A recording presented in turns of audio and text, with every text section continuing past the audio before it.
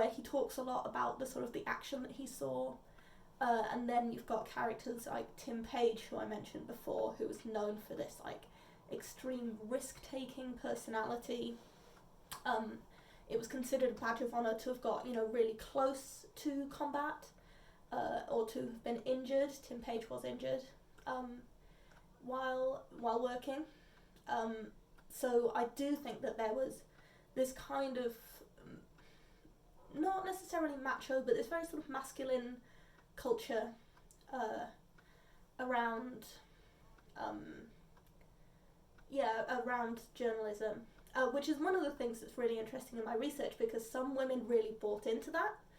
There's a couple of photographers, so Catherine Leroy from France and Dickie Chappelle from America, both of them working earlier on.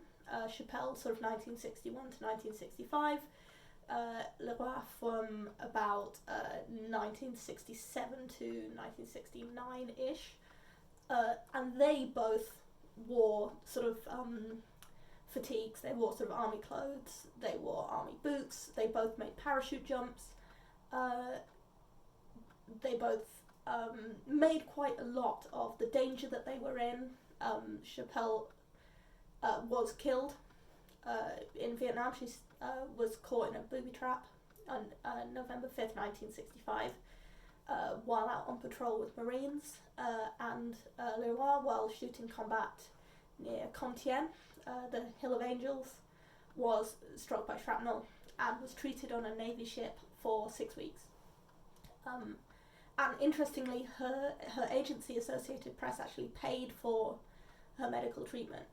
So there are some of them who really blur this kind of quite militarized identity and tell these adventure stories and sort of make quite a lot of themselves as kind of macho women, I suppose. And then there are these other women who perhaps didn't really become as famous. I mean, Errington certainly never became a household name, but there's others like Nancy Moran and Barbara Gluck, who didn't really go out and do so much combat work, but did a lot of things around refugees and family and women's lives and life in the city, who didn't have this same kind of adventure narrative, but were still making really interesting and important work about Vietnam at the time.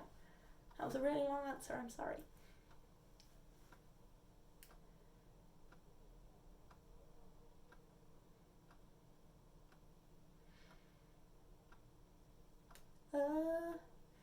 I mean, if no one else has got anything to say, then I guess I will call it there.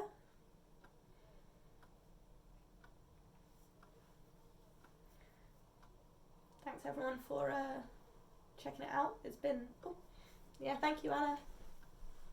Thanks Jess as well, and thanks Adam. Jess and Adam organised this series, which is every Tuesday at 1.